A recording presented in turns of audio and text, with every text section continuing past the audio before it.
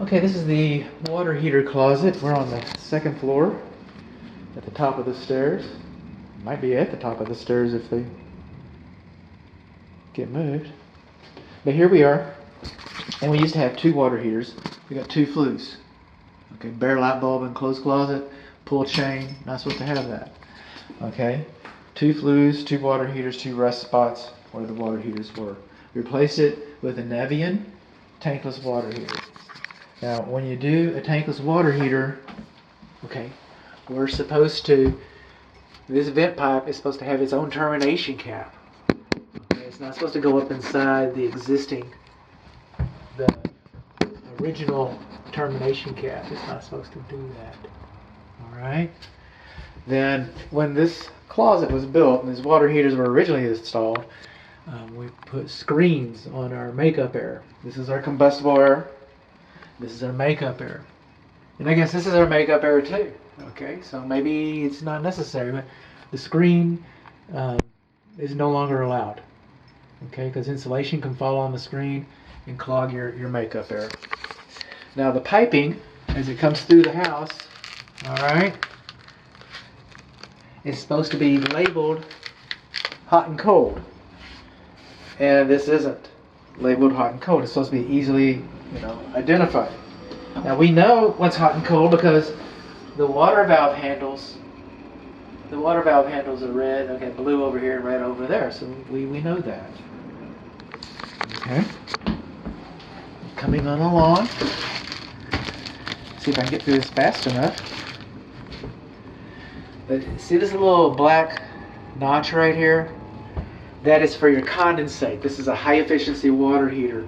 So it extracts all the heat coming out of this thing.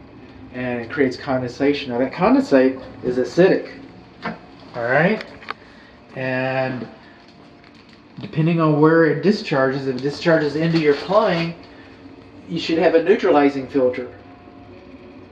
That's it right there. And we do not have a neutralizing filter. We also should have, and I don't know, I'm going to read this, but what I'm expecting is we do not have a drip loop on our condensate. And then, this nice big tankless water heater, I mean, it could last 15, 20 years. But it's probably only going to last 7. What? You're not going to get a return on investment for it. It's going to break on you. What? Well, what happens is, what we're used to with conventional water heaters is letting them go for about 10 years. We have enough faith in the brand. We'll buy another one. We replace them for that. With a tankless water heater, we pay a little more. This is a Porsche. Okay, a tank water heater. Okay, these are little Ford Tauruses. And sometimes you tune them up and sometimes you don't, but it'll still get you to work. But a Porsche, if you want to get the performance, which means saving money for being on demand, alright, high energy, low energy, high efficiency, if you want to get the performance out of it, right there is a screen that's supposed to be flushed out once a year. And you can read YouTube on how to do it, but don't, because you're going to get wet if you don't do it right. But that's a screen, and it's supposed to be serviced once a year. And if you service this thing once a year, it'll last for you. Up to you. Don't service it, you'll be replacing it. I'm just saying. Now, most tankless water heaters do not require safety pans. And I'm going to look in the manual here pretty good. But since you've got a safety pan, wouldn't it have been grand if the pan was under the water heater? If this water heater leaks, it's not going to go in the pan. So what do we learn? We learned that our exhaust is not properly terminated. We learned that our makeup air has a screen on it. We learned that our plumbing piping was not identified. We learned that our